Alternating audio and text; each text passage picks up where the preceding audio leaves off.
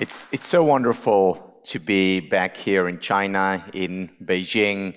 You know, I've been here dozens of times. I've been here by myself, with my family, and always feel so welcome and happy to be here. But there's always a challenge to give a lecture, a presentation, whether it's a live lecture or whether it's a lecture through the screen.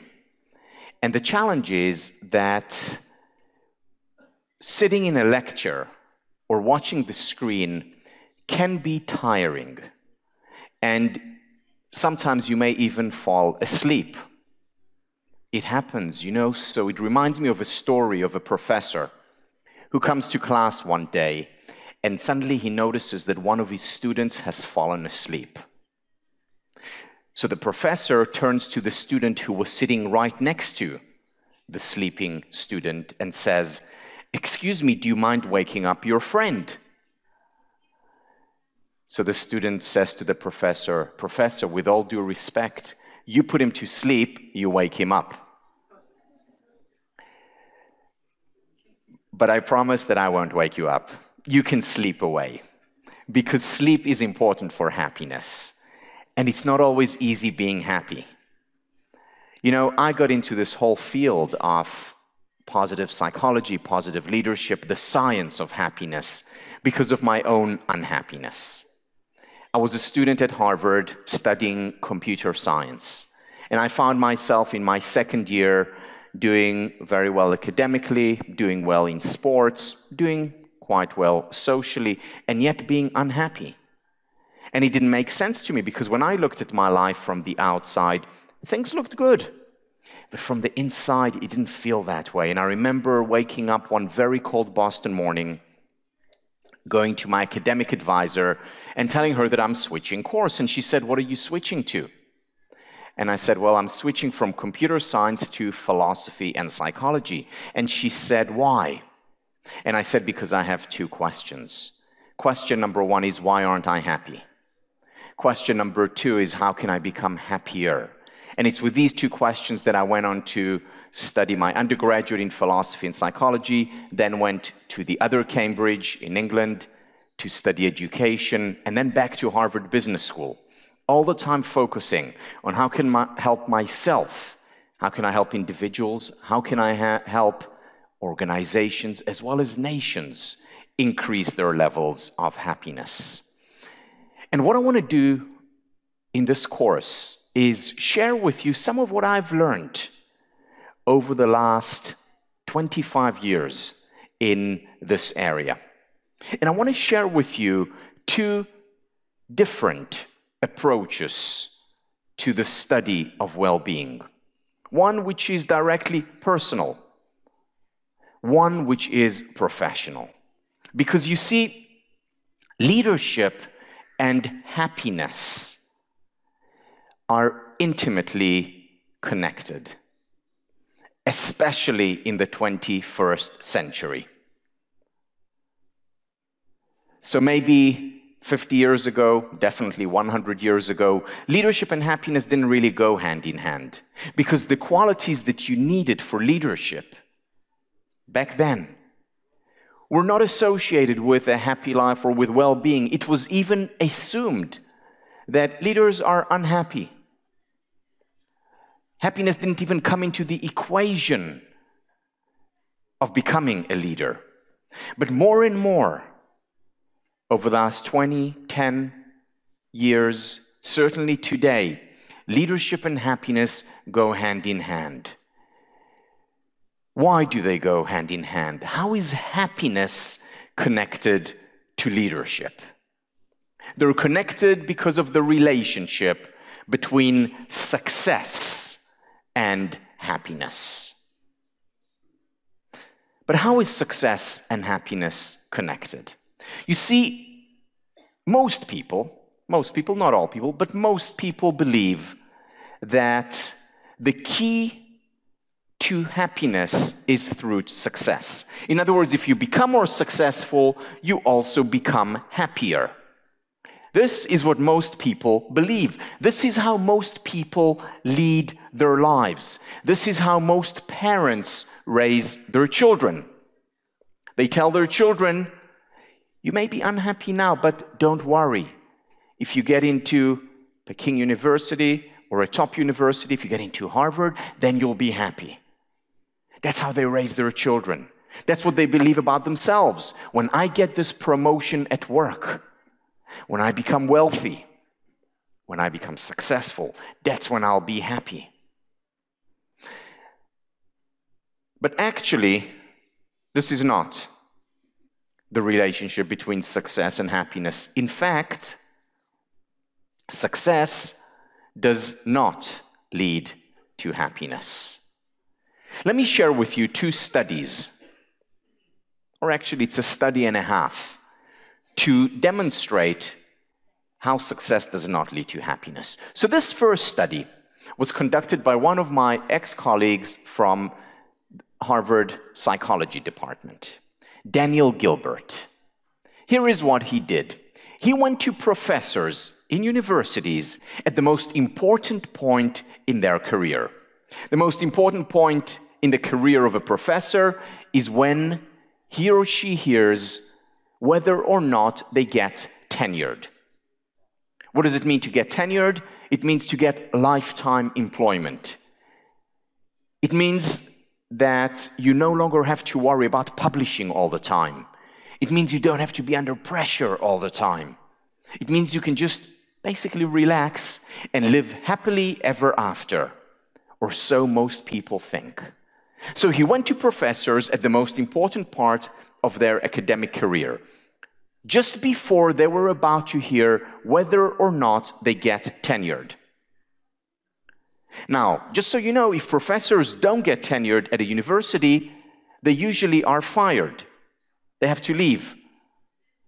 And then they have to go to another university, not as good a university as the one they were just fired from, in order to try to get tenured there. So he went to them just before they heard yes or no. And he asked them the following questions. He asked them, how are you going to feel if you get tenured?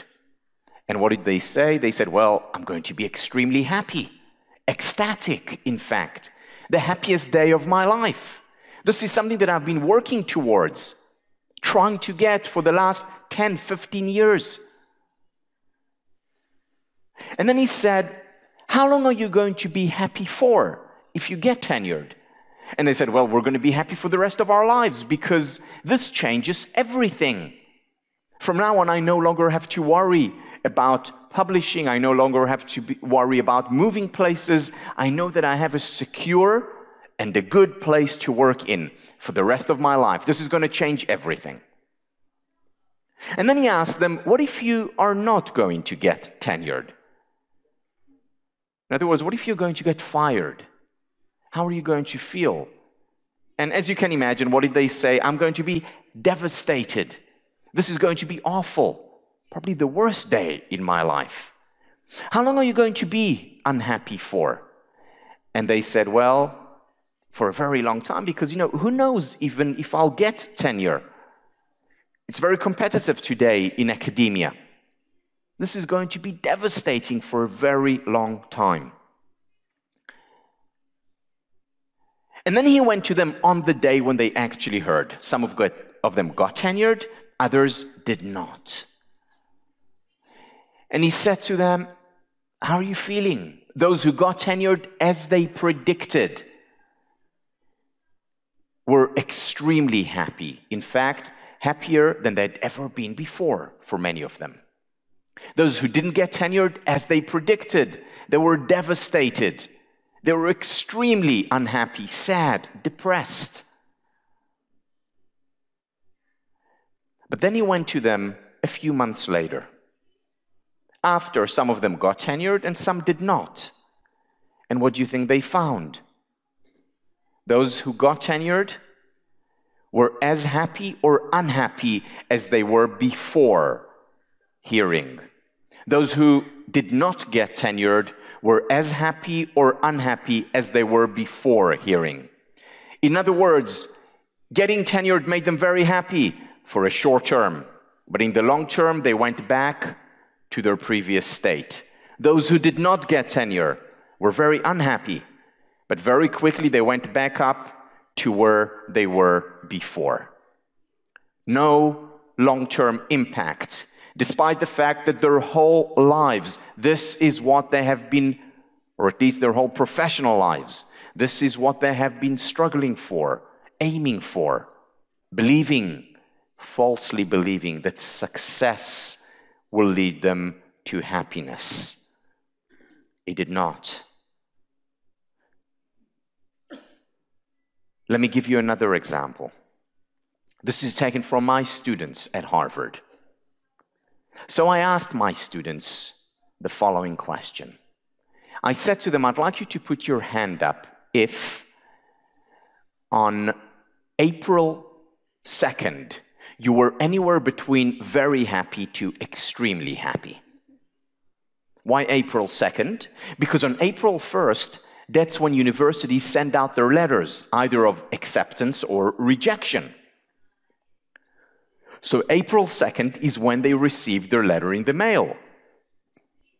Now, given that they were all sitting in my class, they got an acceptance letter telling them, congratulations, you have been accepted into Harvard.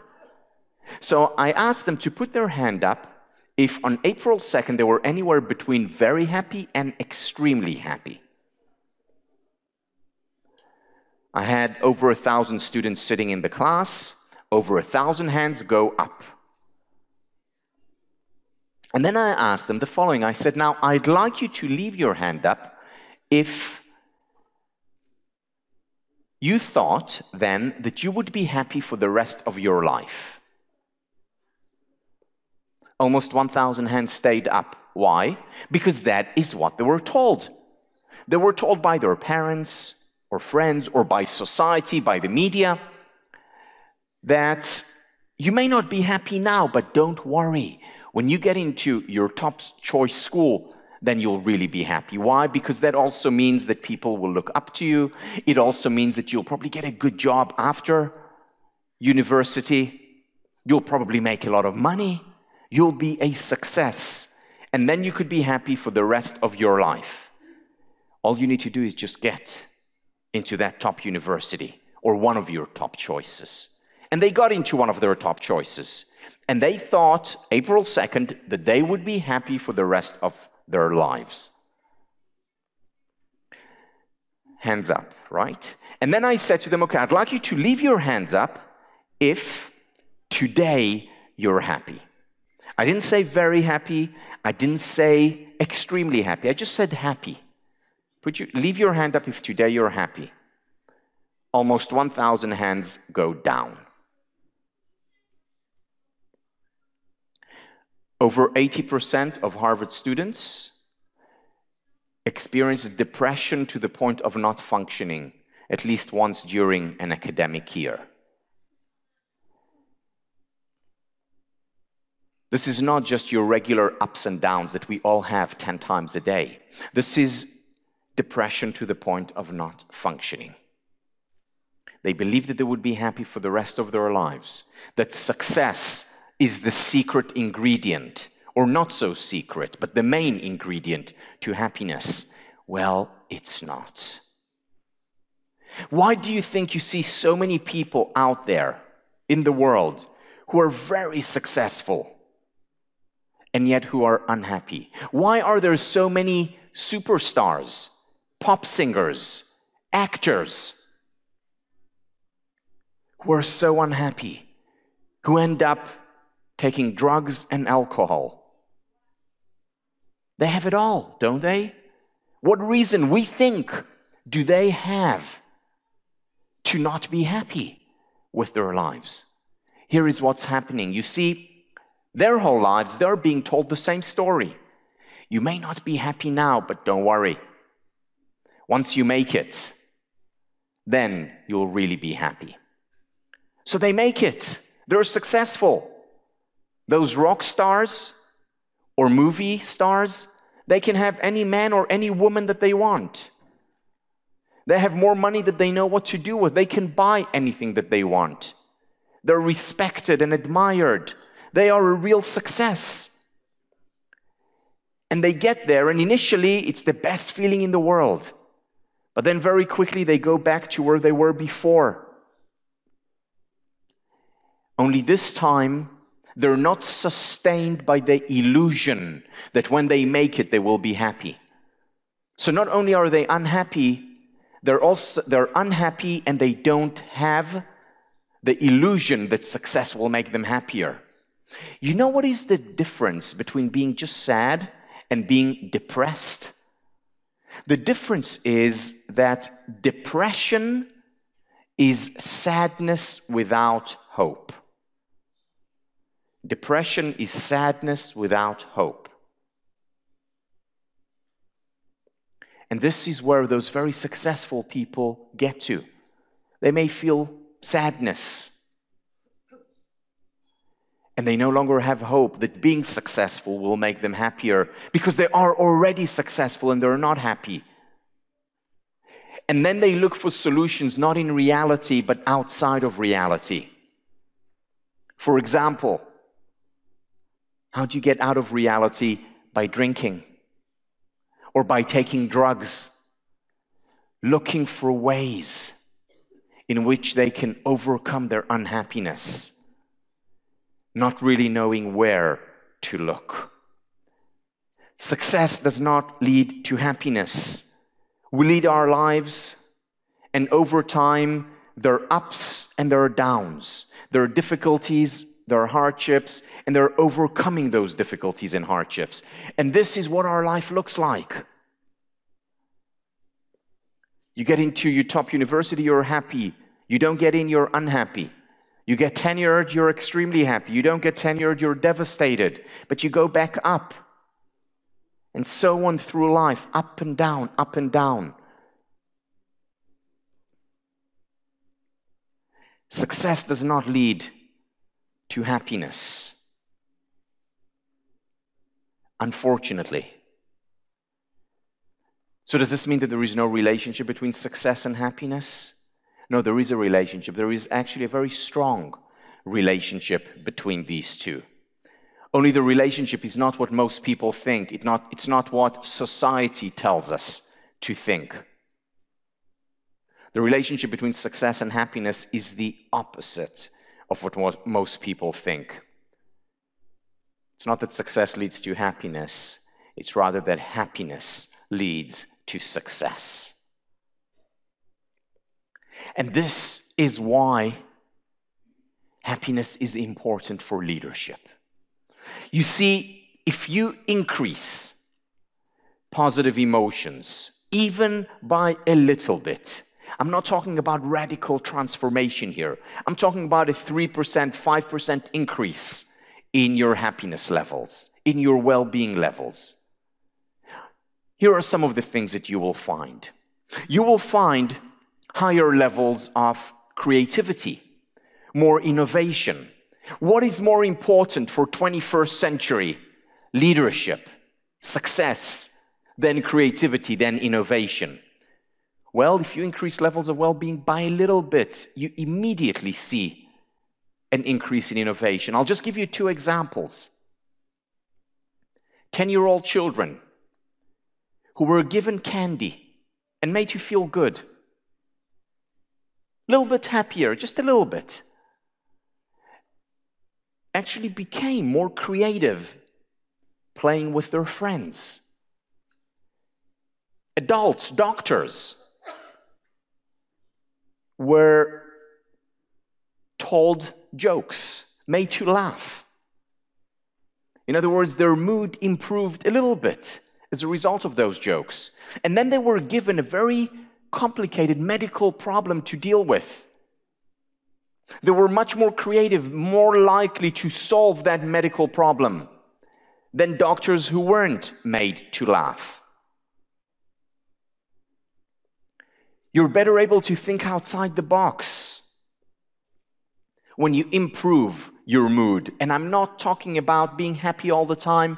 I'm not talking about radical transformation. I'm talking about small changes to your well-being. Now, many people look at these results and say, positive mood goes with creativity. That doesn't make sense, because I've always learned that depression leads to more creativity.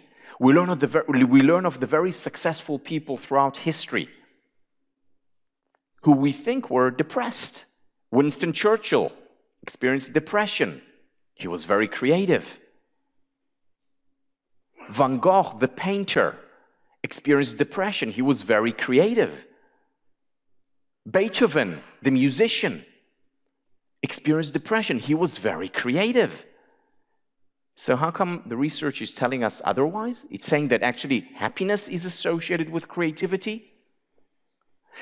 You see, if you look at the most successful people in the world, and I recommend that you look at them because the best leadership books are not the books that give you the 5 steps to happiness or the 3 steps that you need to take in order to become the great leader or the secret of the good life.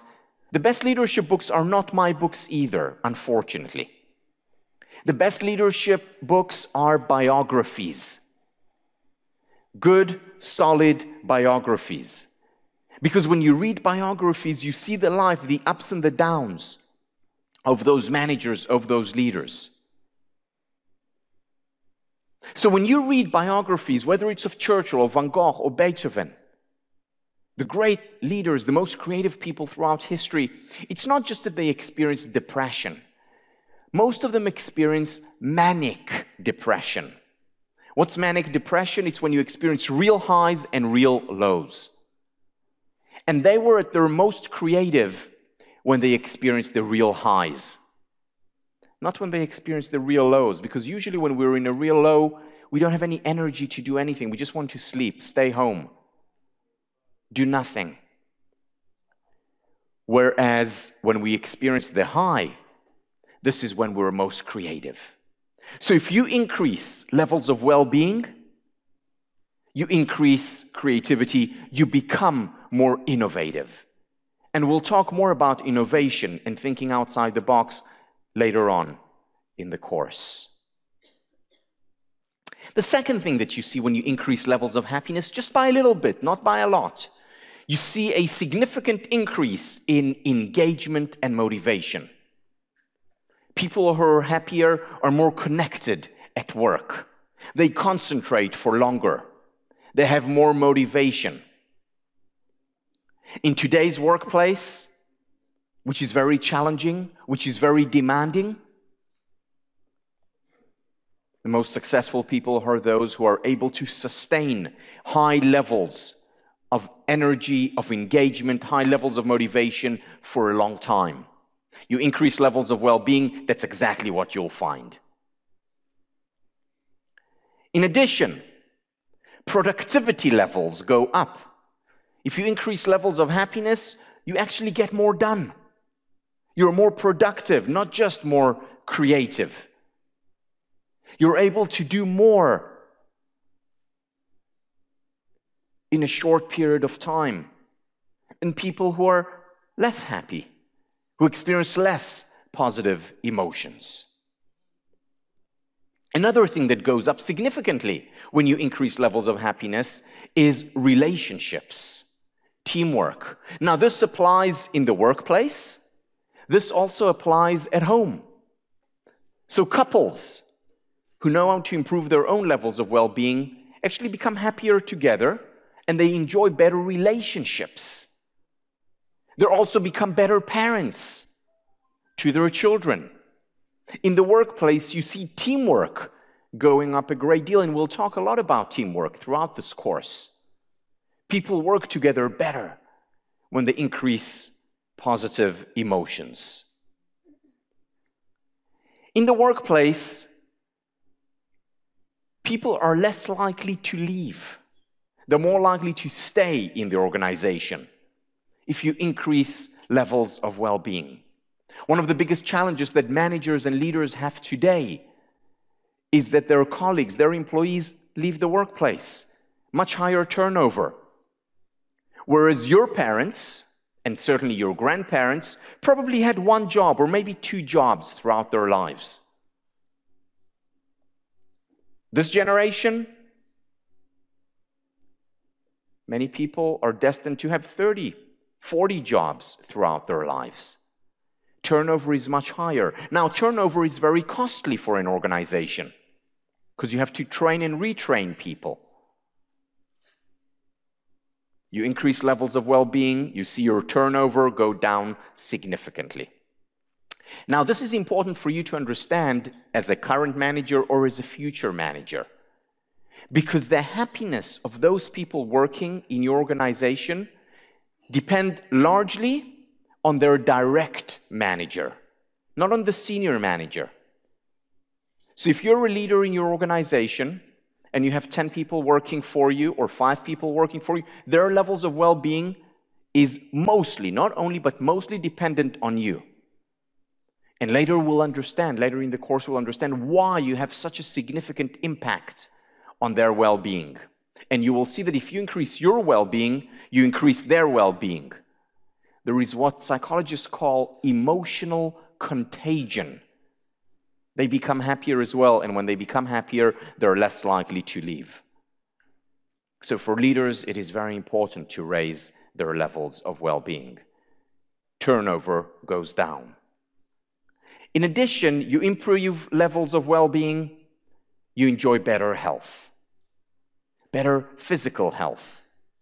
One of the best predictors of longevity, of living longer, is optimism, our ability to see the world more positively. You increase levels of emotion, your immune system gets stronger. You're better able to deal with illness. You're much less likely to miss days of work if you're happier. Hence, you're more productive. So the bottom line of all this is very simple. Happiness pays.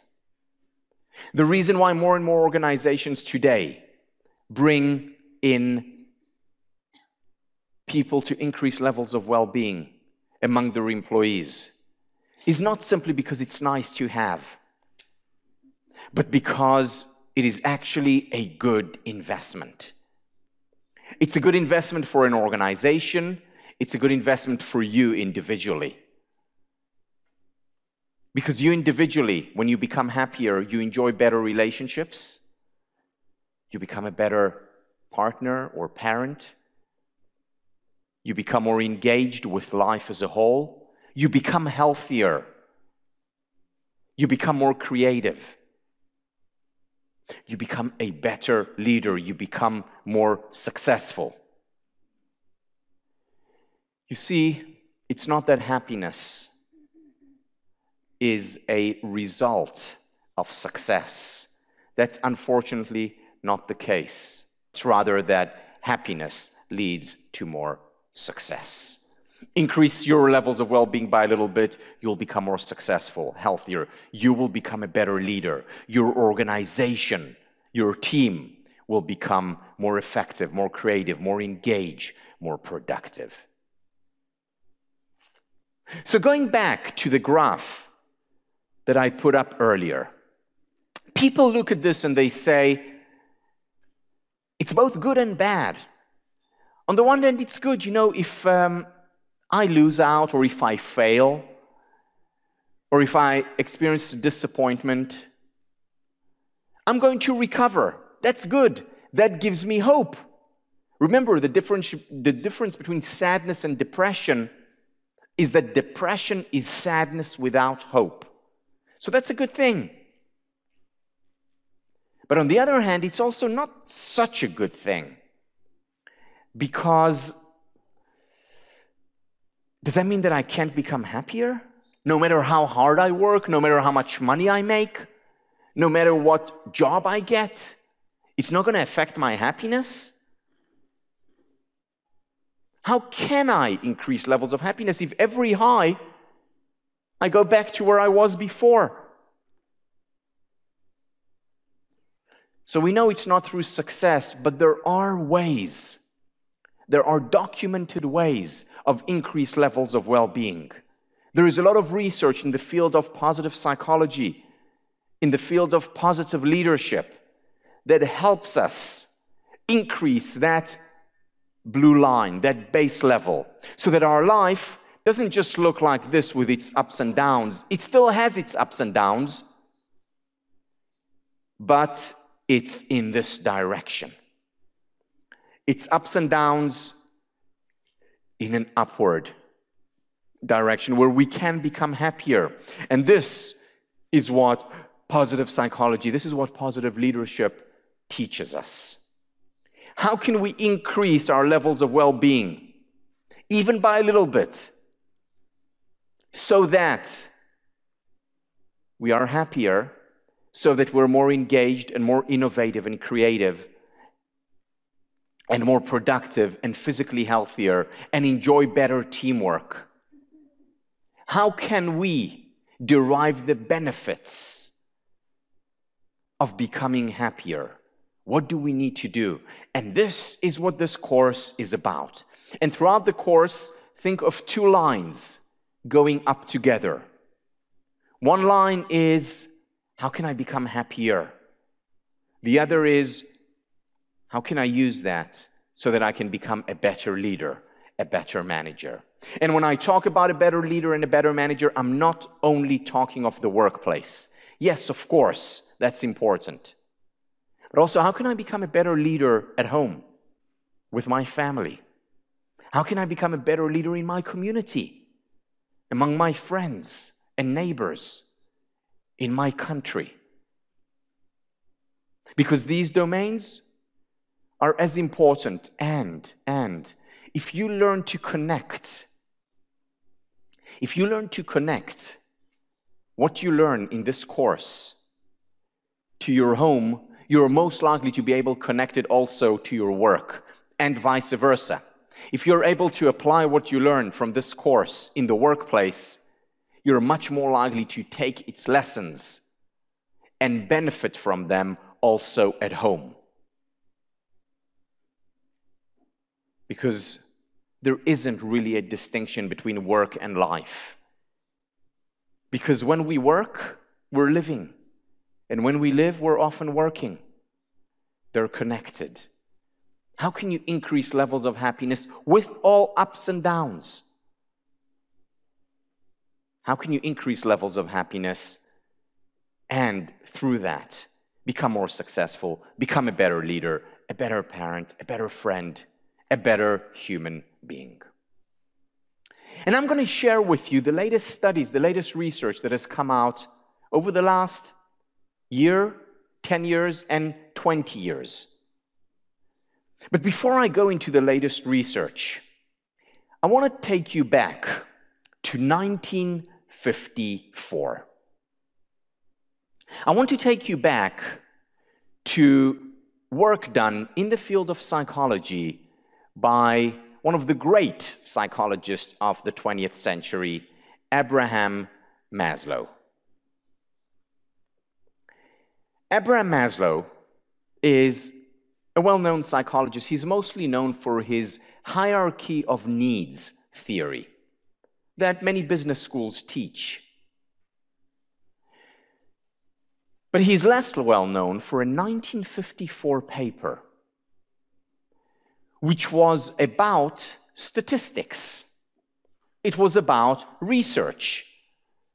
Not many people read this paper. It became obscure. I remember reading this paper when I was a graduate student, and that paper changed my life. It changed the way I looked at research. It changed the way I looked at my relationships. It changed the way I look at leadership and the way I look at happiness. This paper, Understanding Maslow's Work, has the potential to change the way you think about leadership and life and happiness and love. Maslow's paper was very simple.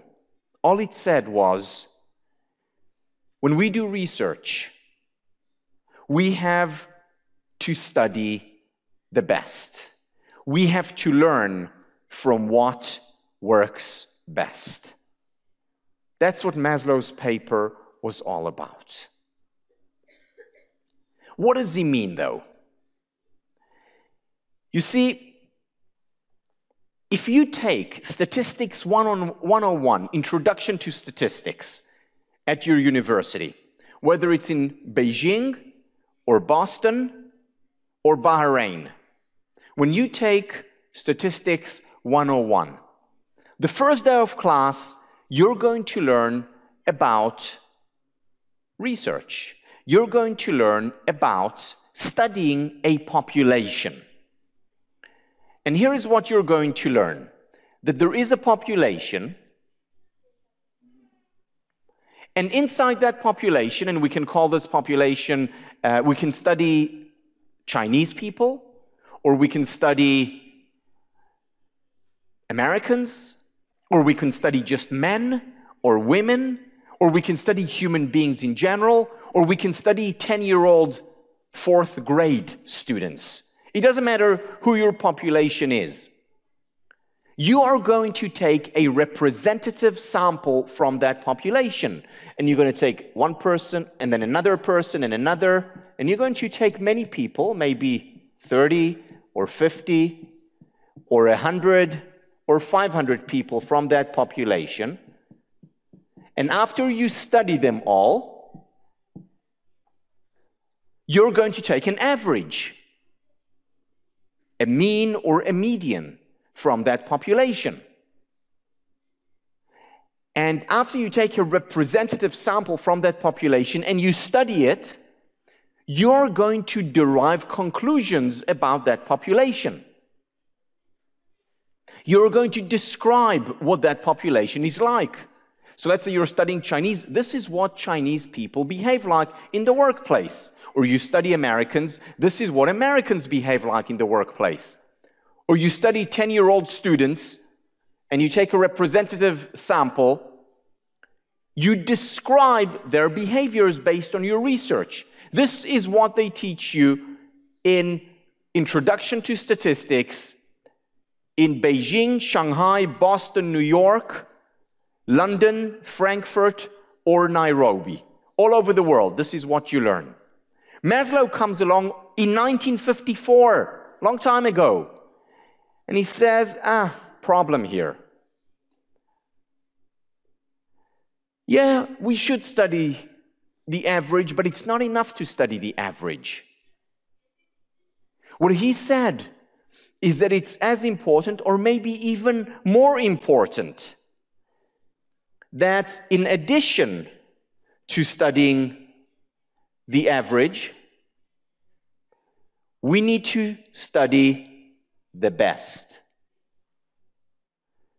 Those people in the middle. And when we study those people in the middle, those are the people we need to learn from. 1954, this is what he said. This was unpopular when it came out, this idea. Maslow was actually discarded. This paper was not read, was not assigned by professors to their students. Why? Because think about when that happened. That happened in 1954. That was 9 years after the end of World War II. When your country and my country were devastated by Nazism. And what did the Nazis say? They were against equality for all. They said, we are the best, and we have to continue just focusing on the best. Now, when Maslow comes in 1954 and says, we have to study the best, people started thinking, no, this is going back to 1940s. We don't want that. We want to study the average. Everyone has to benefit equally. So it was a very unpopular paper, and it disappeared. By chance, I discovered it. Most people did not. But what Maslow's idea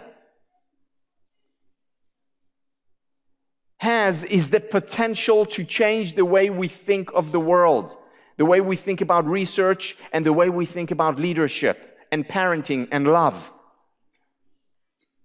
Because his idea is not against the average. It's not against most people. In fact, it's the opposite. It's this idea of learning from what works best that has the potential to help us all, to help the entire population, not just the best. Let me give you a few examples.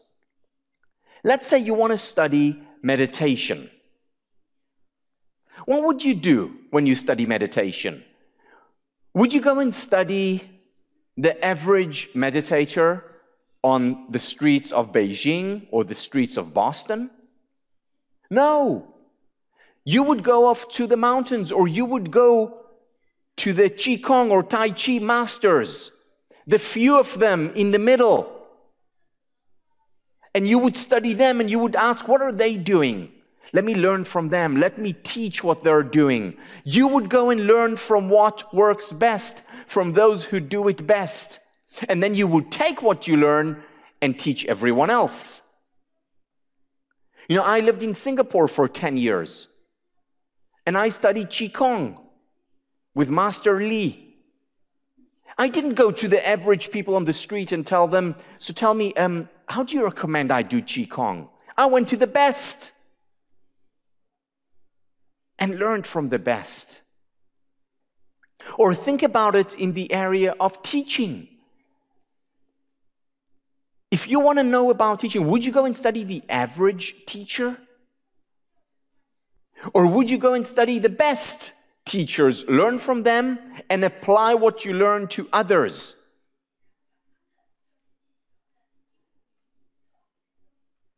Or think about it in the context of relationships. Arguably, the most important book written in the area of relationships, and also in the area of gender equality, is a book that was written in 1864.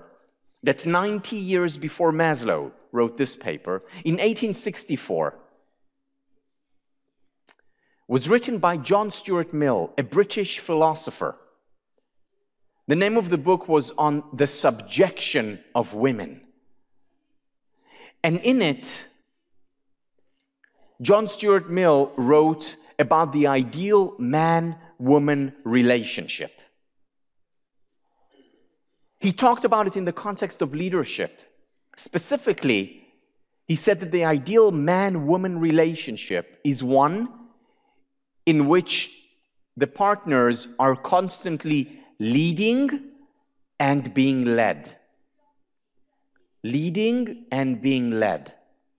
This is a relationship of equality, of love. Now, in order to write this book, which made a huge difference in the way we see relationships today, and in the way society sees the value of women. When he wrote this book, he didn't study the average. He studied the best relationships. Because the average relationships in 1864 or throughout history were not great. They were not relationships of equality. They were relationships more of slavery. So he didn't study the average, he studied the best relationship. In fact, he studied one relationship, his own, which was extraordinary, the best that he knew of, where he and his wife were constantly leading and being led. And by studying the best, he was able to write a book that helped millions, if not billions of people around the world.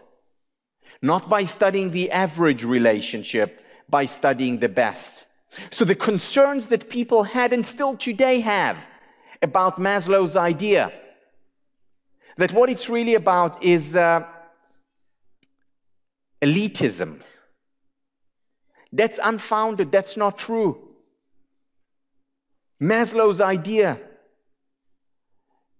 is the most important research idea that we know of that can help not one person, not just the best people in the middle, but everyone.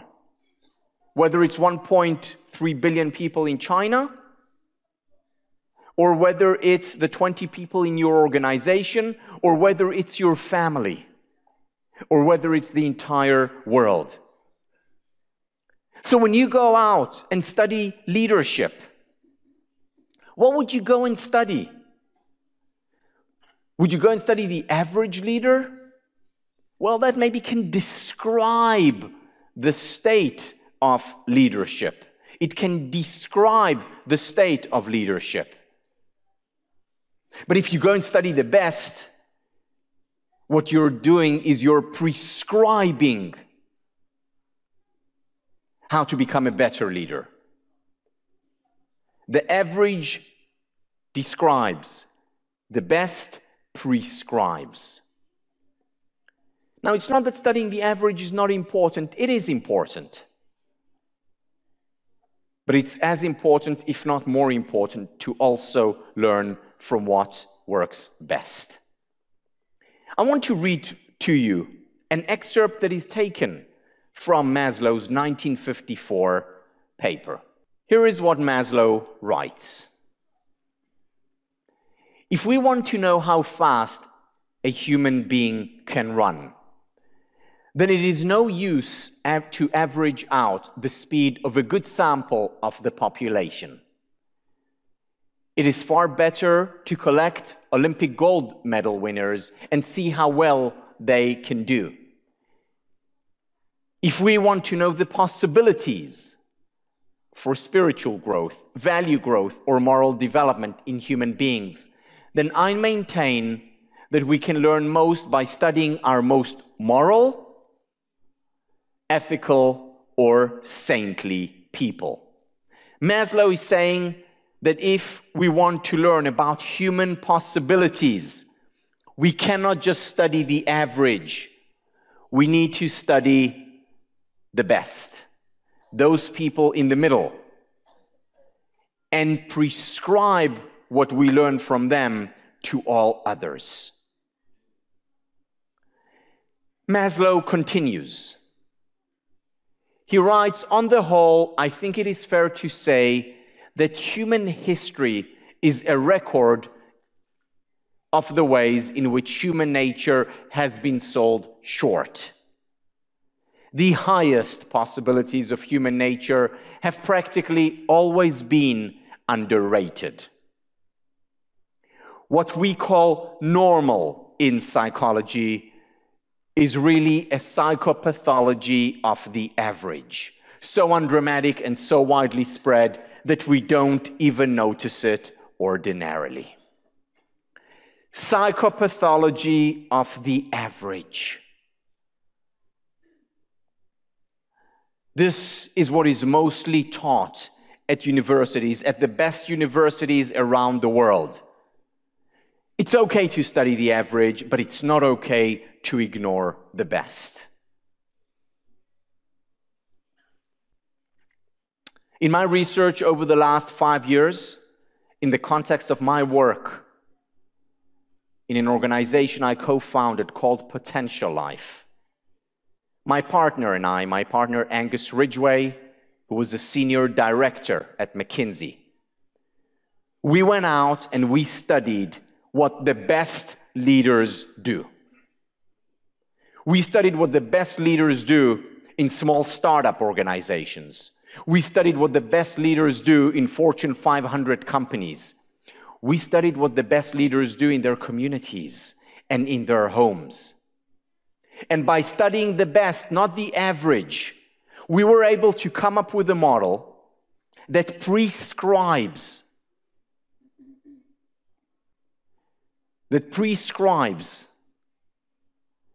a better way of doing things, that is different, very different from what the average do.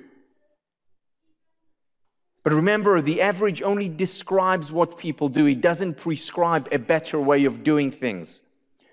So when Angus Ridgway and I studied the best leaders in business, in schools, in small organizations, in large ones, in politics, and in local communities, when we studied those leaders, the best of them, we were able to come up with a model that can help you, and you become a better leader.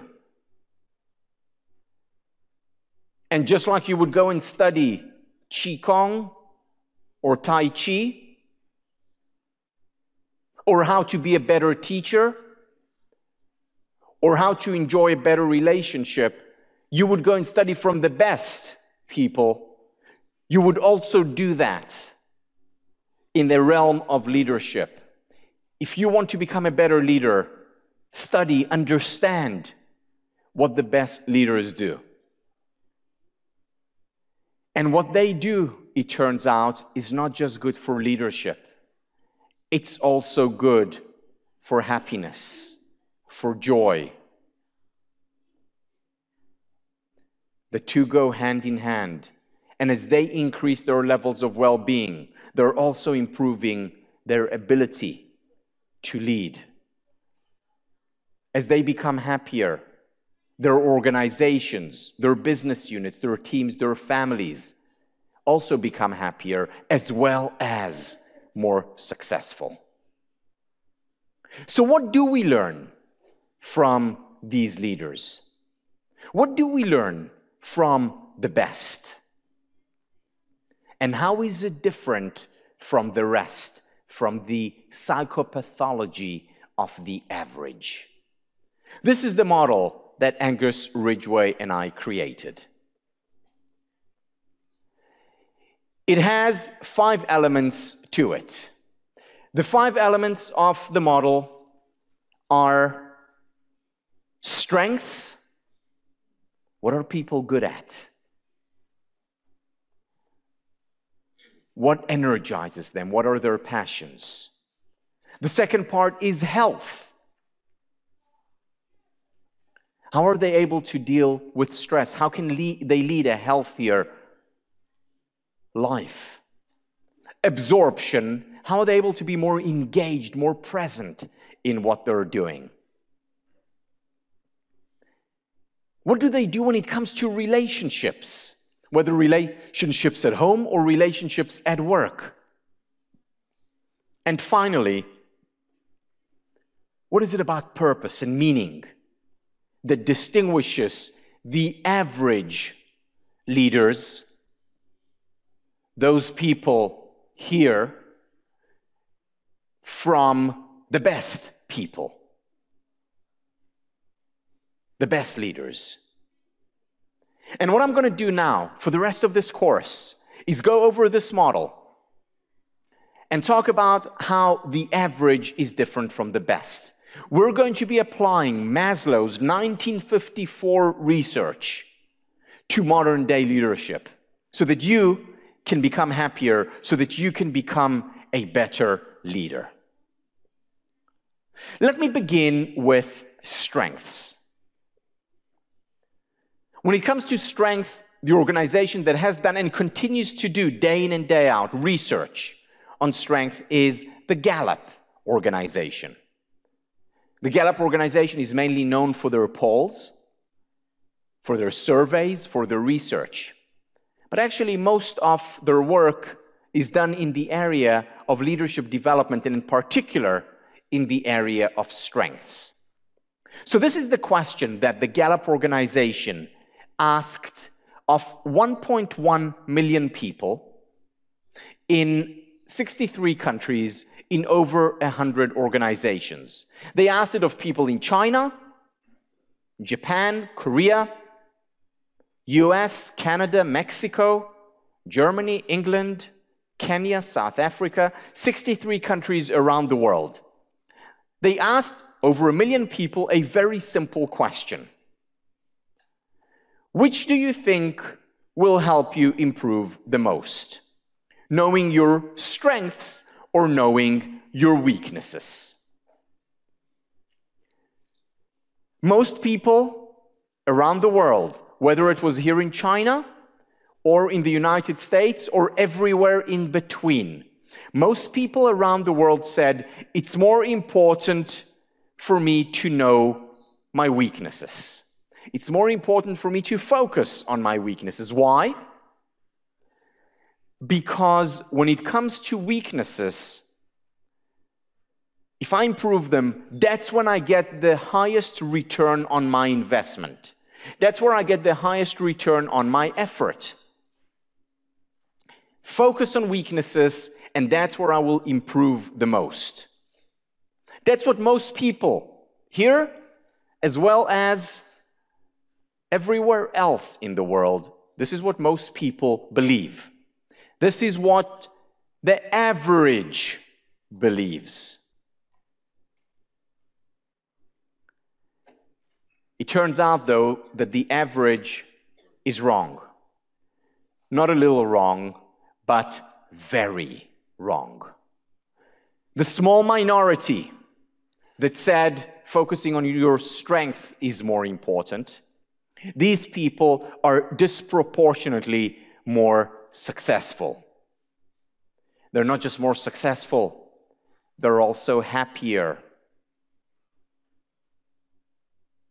They're not just more successful at work, they're also more successful as parents at home. But you know, this research simply points out to a correlation, meaning that it could be that simply that happier people tend to focus more on their strength, or the people who are better leaders tend to focus more on their strength. So the researchers took it a step further, and instead of just a correlation, they looked for causation. And what they did was they taught people like you and me how to focus more on their strengths. And the way they did it is by asking two questions that I will elaborate on in a minute. The two questions were, what are your strengths? In other words, what are you good at? Are you a good strategic thinker? Are you very good at listening? Or are you good at writing reports? Are you good at crunching numbers, working with Excel? What are your strengths? What are you good at? That's the first question that they asked people. And the second question that they asked people was, what gives you strength? In other words, what are your passions? Is your passion working with numbers? Is it just being in small groups with people? You're more of an introvert. Or is it being around many people? You're more of an extrovert. Are your passions writing or speaking to an audience? What gives you strength? And when they asked these two questions, the first question is, what are your strengths? What are you good at? And the second question is, what gives you strength? What are your passions? When they asked these two questions and found the overlap between these two questions, this is when these individuals were at their best. And these individuals, once they got to know their strengths better, became not just more successful, also happier. They flourished as individuals and as leaders. In other words, it's not just a correlation, there is a causal relationship between learning to know your strength better and then becoming more successful as well as happier. So this is the first question that the Gallup asked. Another question related to strength that Gallup asked, again, over 1 million people in over 100 organizations in 63 countries, was the following question. At work, do you have the opportunity to do what you do best every day? In other words, do you get to exercise your strength on a regular basis? The majority of people in every country, there was no exception, said no. The minority that said yes, and again, I'm not talking about using their strength all day, but even half an hour a day. The people who said yes were part of the most successful business units. Their organizations were the most successful because they enabled them to also focus on their strength, to do what they do best every day. But actually, this research simply shows a correlation. So researchers took it a step further to establish a causal relationship. And what they did was they simply taught managers and leaders like you how to focus more on their strengths. How did they get them to focus more on their strength? By once again asking them the two questions. What are your strengths? What are you good at? And what gives you strength? What are your passions? And the overlap was their zone of great leadership, where they were at their best. In other words, there is also a causal relationship between the two. So most people, the psychopathology of the average, don't use their strength on a regular basis, and they think that focusing on weaknesses is more important. The best people, the best leaders, focus on what they're good at and what gives them strength. They exercise their strength on a regular basis, day in and day out. In the words of Peter Drucker, one of the founders of the field of management and leadership studies, he wrote, "Only when you operate from strength can you achieve true excellence. One cannot build performance on weaknesses." He continues, "It takes far more energy to improve from incompetence to mediocrity than to improve from first-rate performance to excellence." This is not what most people think. Most people believe that it is when you focus on your strength that is when you're wasting a lot of your time. Because what you really need to do is focus on your weaknesses.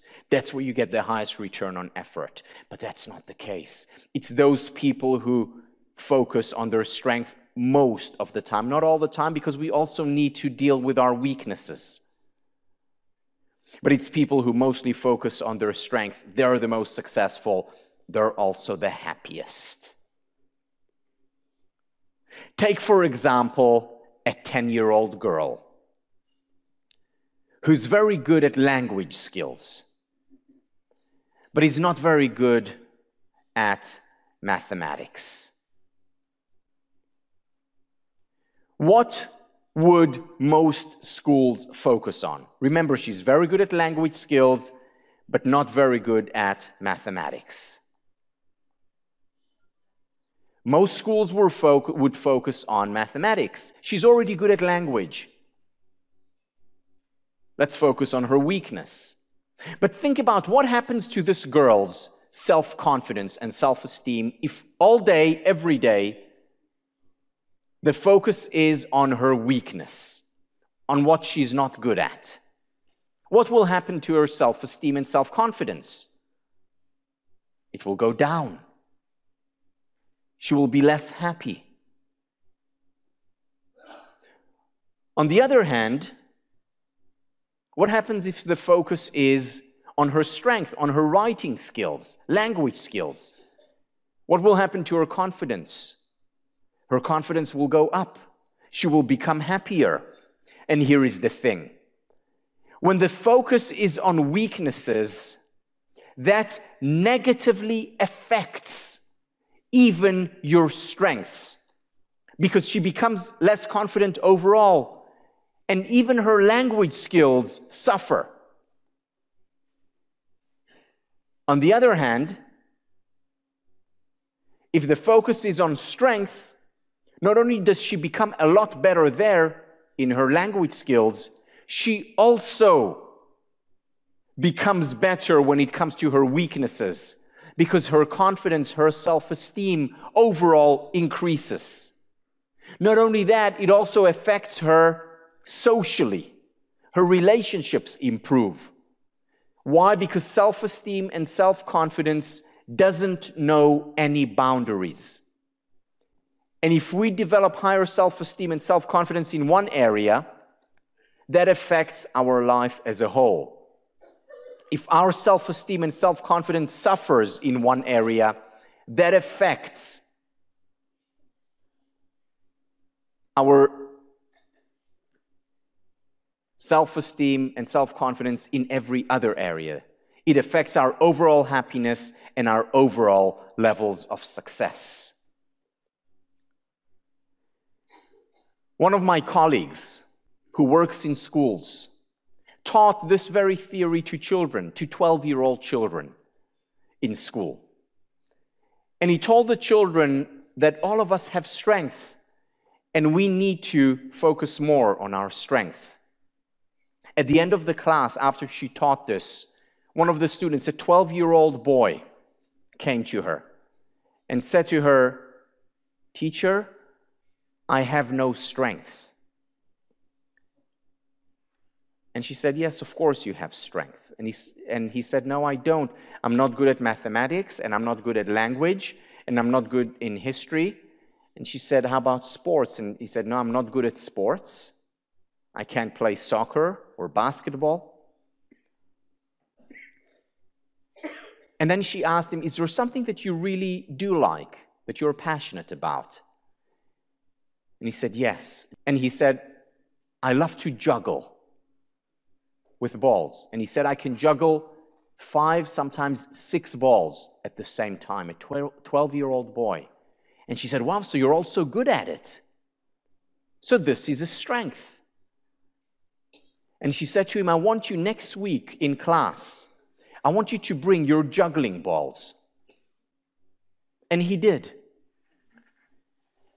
And she had him teach other students how to juggle.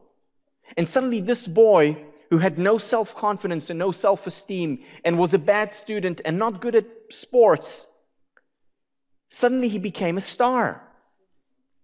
And he taught other students how to juggle, first just with 2 balls, and then with 3. He could do it with 5 or 6. And fast forward 6 months later, this student was doing a lot better socially in class.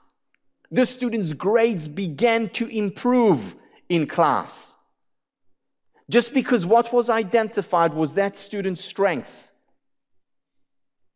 what he was good at and what he was passionate about. And what a difference that made, not just to his ability to juggle, but to his academic performance, his social experience, his life overall. When we focus on strength, that is when we're most likely to thrive. That is where we're most likely to flourish. I want to share with you a personal story about my journey, specifically my journey as a writer. So I want to tell you a little bit about my first year at Harvard. I came into this new place, a new country for me, because I was raised in Israel. And the first week, before classes even started, the first year students had to be there. Why? Because they taught us about the university. Because they taught us about what we have to look forward to in the next 4 years. And during that week, we took one test, and one test only. The test was in writing. And the reason why we took this test was because they had to put us at a particular level of writing. Because you may not know this, but every student at Harvard, no exception, every student has to take a writing class.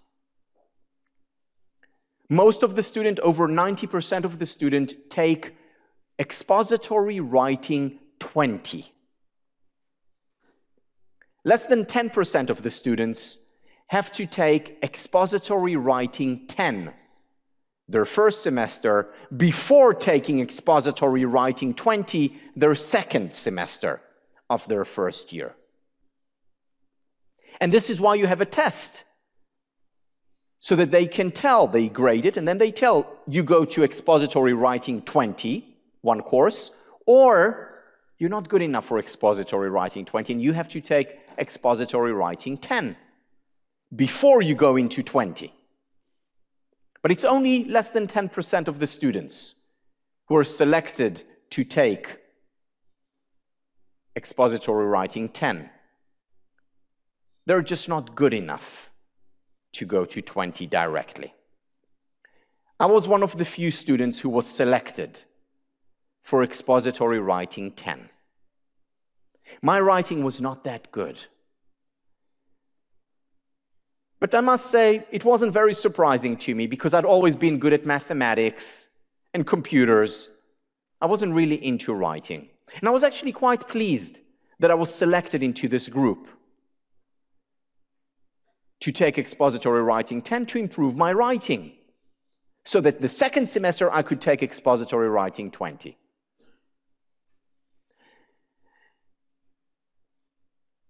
I started the class with the teacher. The teacher seemed quite nice, I must say. It was my first class at Harvard. I was excited. And then, after a few weeks into the semester, we had to hand in our first paper. I must say I quite struggled with it, but I finally handed in a paper which I was pretty happy about. 4 days later, the teacher calls me up. We didn't have email at that time, so I get a phone call from the teacher, and she says, "I want to see you." So I go into the teacher's office, and I'm sitting down, and on the table between us, I see my paper, which is full of red marks. And then the teacher begins, and she says to me the following. She says, "Tal, you're all over the place, and you write in a childish voice. You're all over the place, meaning you're scattered, you're not focused, and you write in a childish voice." The word she actually used was not childish. The word was sophomoric. I didn't know what it meant then, but it means childish. She said, "I want you to start writing differently. Get more focused. Writing in a more mature voice." And that's how my semester with her began.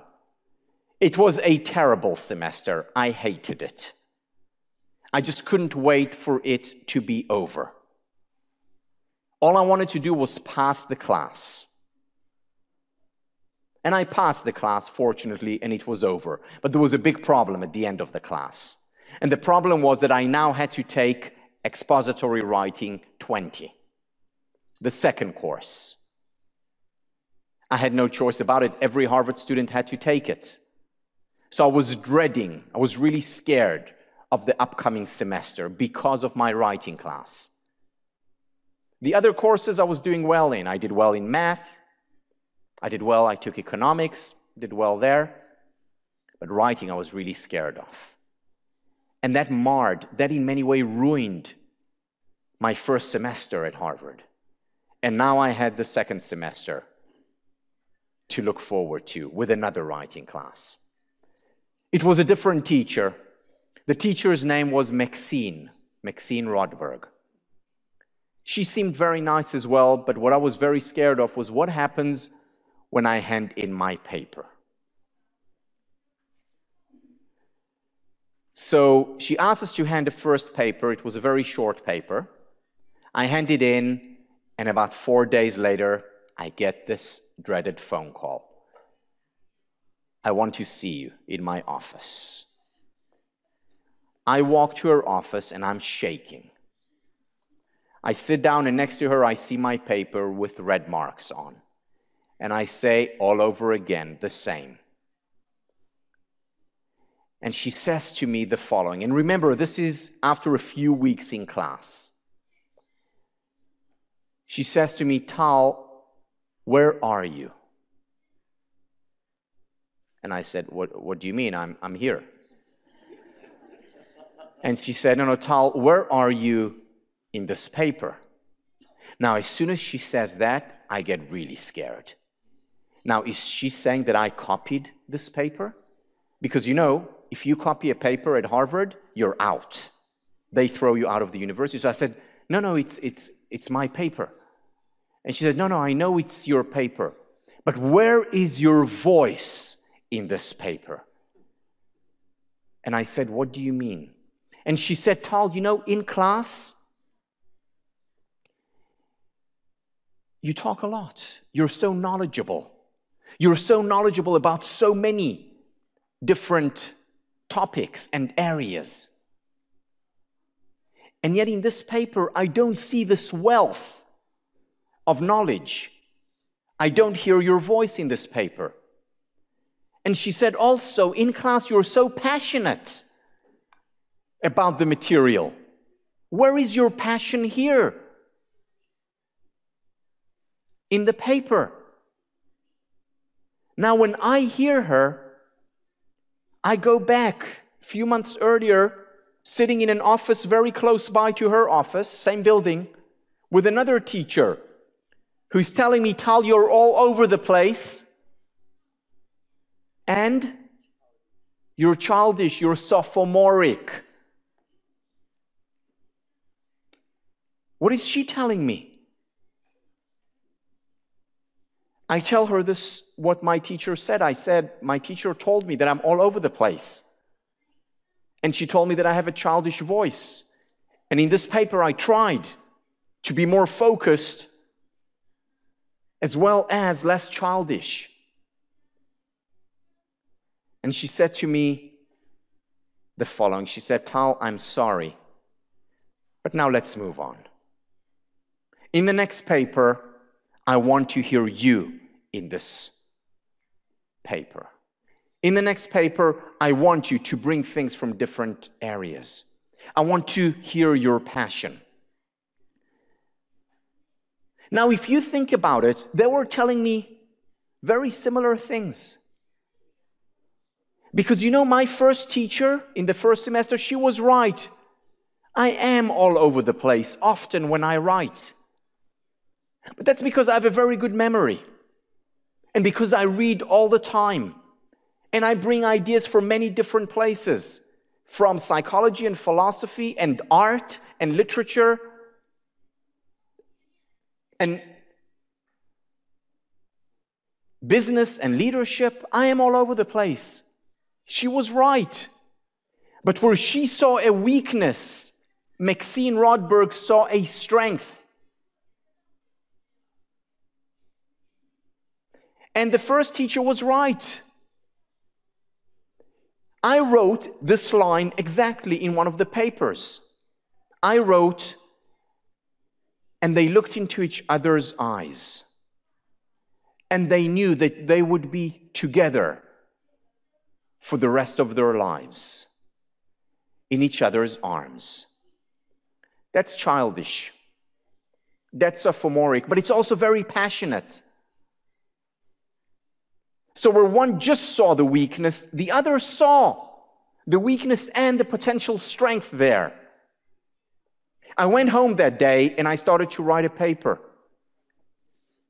And I told Maxine the next day in class, I said, I can't write. I have nothing to write about. And she said, I don't care. It was a 10-page paper that we had to hand in. She said, I don't care if you hand in one page. I just want to hear your voice, she said again. I want you to bring your wealth of knowledge, and I want you to bring your passion. And I did. and I handed in a 15-page paper. And I wrote, and I wrote, and I wrote, and I haven't stopped writing since. In 2 months, I'm coming out with my 7th book. I have 3 more books that I'm working on right now. I write every day. It's what I'm good at. It's what I'm passionate about. And it's all because a teacher was able to see potential strength. Throughout the semester, she kept on asking me to write about different things and then to bring it all together so that it's not distracted, so that it's not all over the place. Throughout the semester, she helped me bring out my passionate voice without it being childish.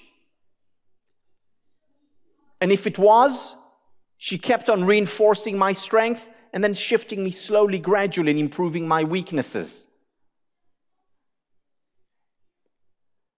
The fact that a teacher saw my strength changed my life. It can do the same for a 10-year-old girl or a 12-year-old boy. It can do the same for you. It can do the same for a Fortune 500 CEO. It can do the same for a business unit that is run not around weaknesses, but around strengths.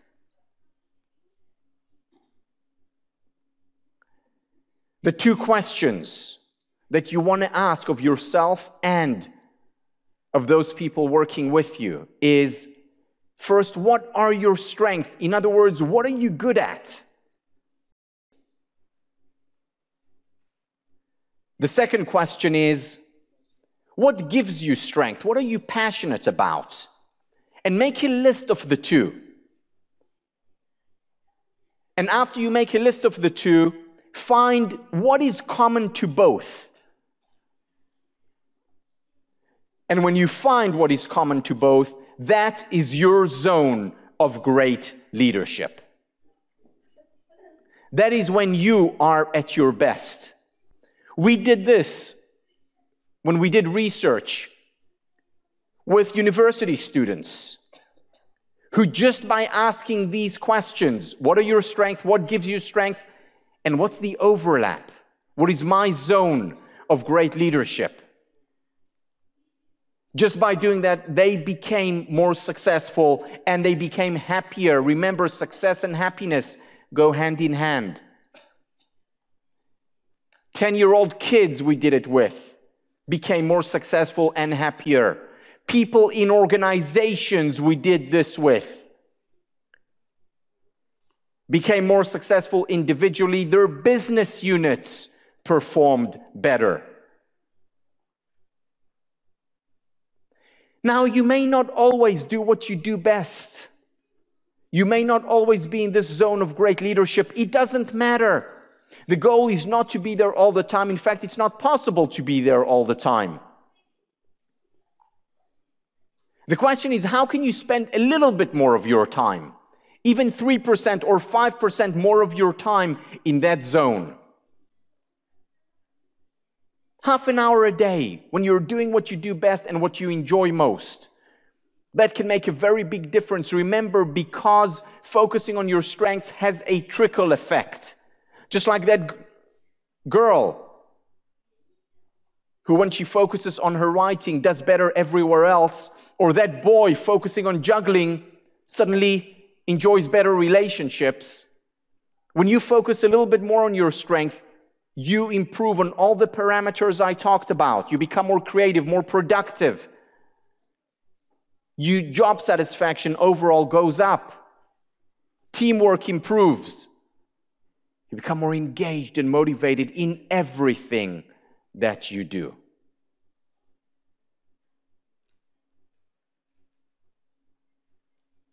And the question is, how can you spend a little bit more time in your zone of great leadership? To summarize just research in this area, what we find is that strengths and passions, when they come together, they multiply your performance significantly. A small difference makes a big difference in terms of outcome. For example, the Gallup organizations did research showing that managers who do what they do best every day are 38% more likely to be in the best business units, the most productive business units. Research by Spencer Stewart.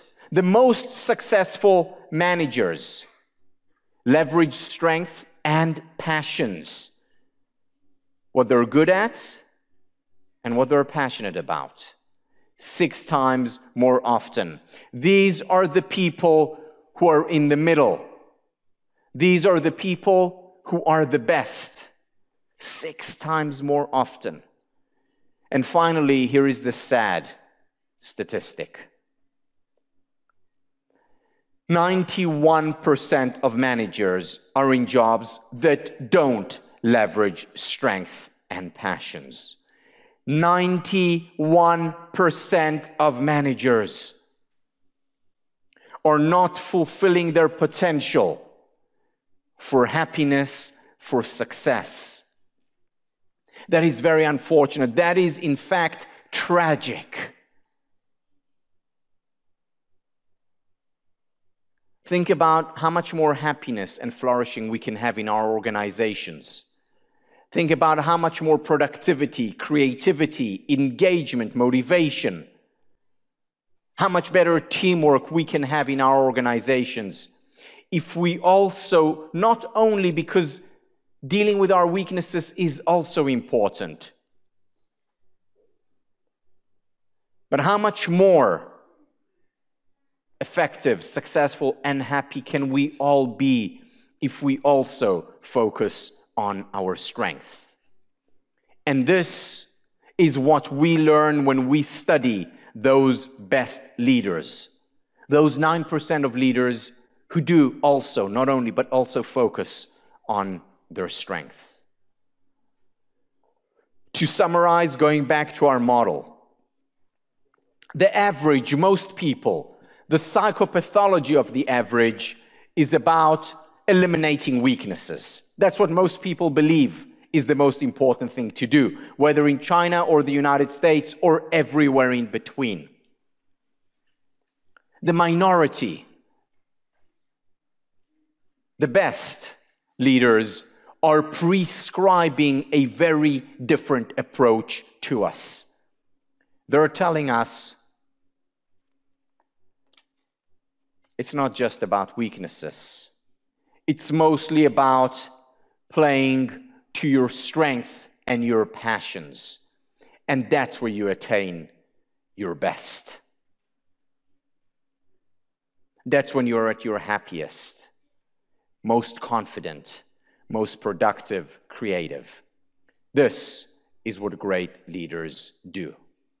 This is what we learn from great leaders. And this is what we can apply to our own leadership. Thank you. Thank you. To just get your comments or questions.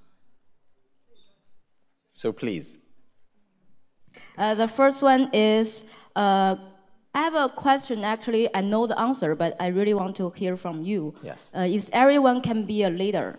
Because, and in another way is leader have a gene inside? Good. So like maybe a lot of professors do the researches, like leaders are extroverted. Good. And they are like more like share ideas with other people, not introvert, right?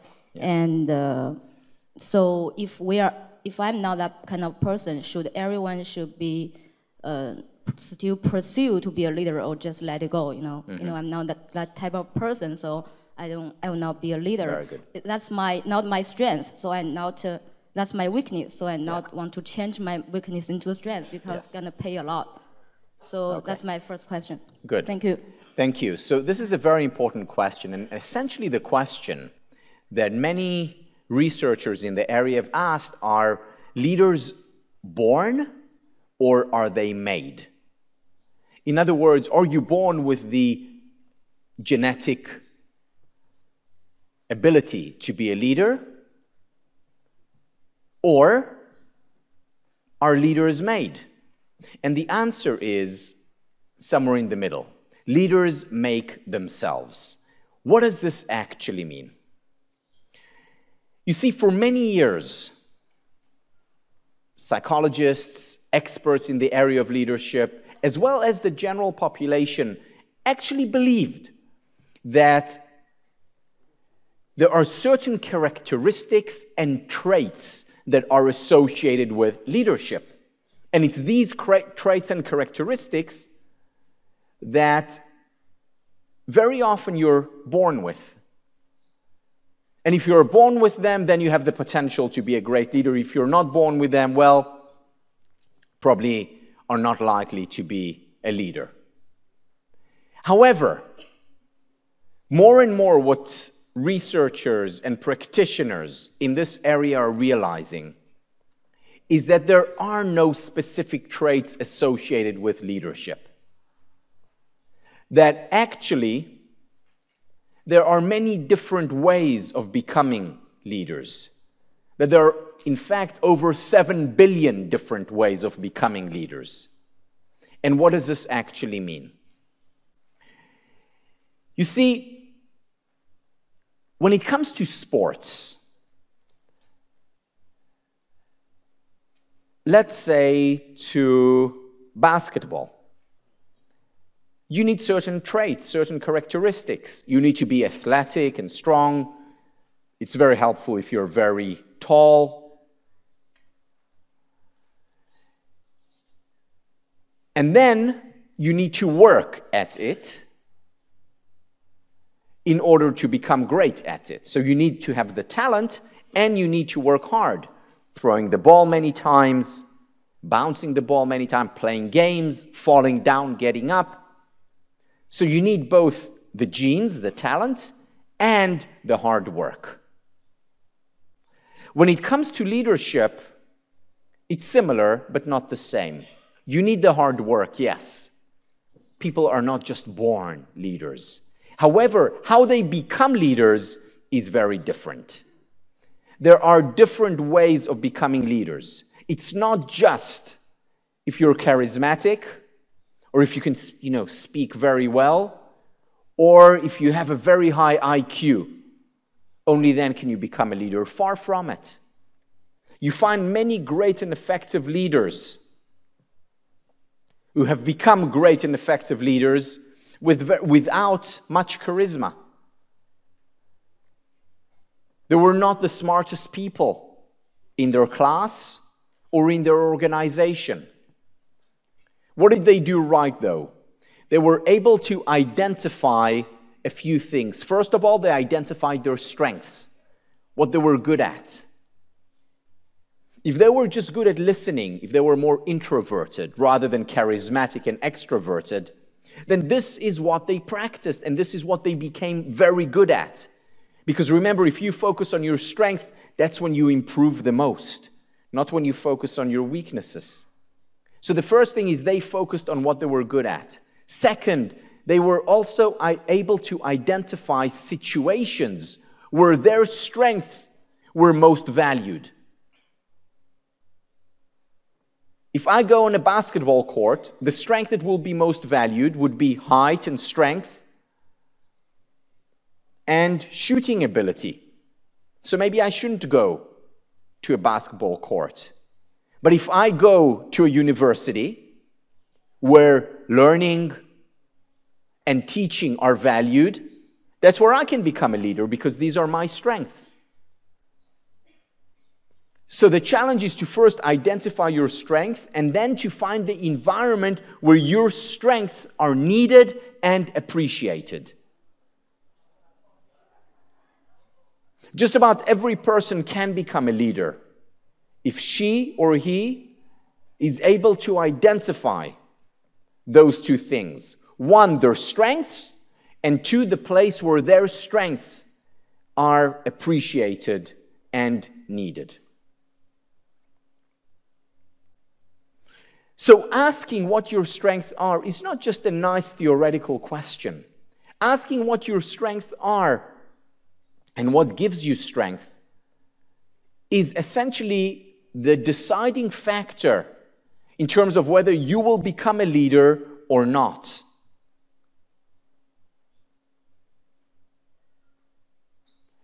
Because if you do not focus on your strengths, then no matter how talented and gifted you are, you're unlikely to thrive as a leader. Now, I want to say a few words about charisma. Why? Because most people believe that the most important characteristic for leadership is to be charismatic. What does that mean? To be able to stand in front of an audience and give a rousing lecture, whether it's like or Churchill, or Clinton, or Thatcher. And only if you have that charisma can you be a great leader. Well, it turns out that when it comes to business, most businesses, charisma is not related to success. In fact, the greatest leaders have not been charismatic. There are people that you've never heard about, but they get the work done. They do the work and they do the work well, and people look up to them because they're authentic and because they bring a level of authenticity and they lead by example and because they're humble. So they're not the most charismatic ones, but they're the most successful ones in the long term. Charisma is overrated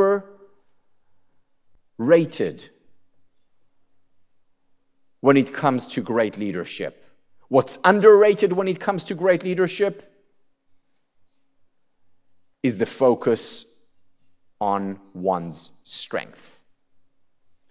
This is where we need to look. That is where we first and foremost need to put our attention if we want to become great leaders. If we want to become the best that we can become as leaders. This applies to the workplace. It also applies to the home environment. I'm best as a parent when I look at what my strengths are and then apply them at home. So if my personal strength is learning, then I should spend a lot of time learning with my kids. If my personal strength is listening, then I should spend a lot of time listening. Now, it doesn't mean that I shouldn't listen if it's not my personal strength. But I should spend more time listening if it is my personal strength. Bring your strength to your relationships, bring your strength to your work. And that's how you fulfill your potential.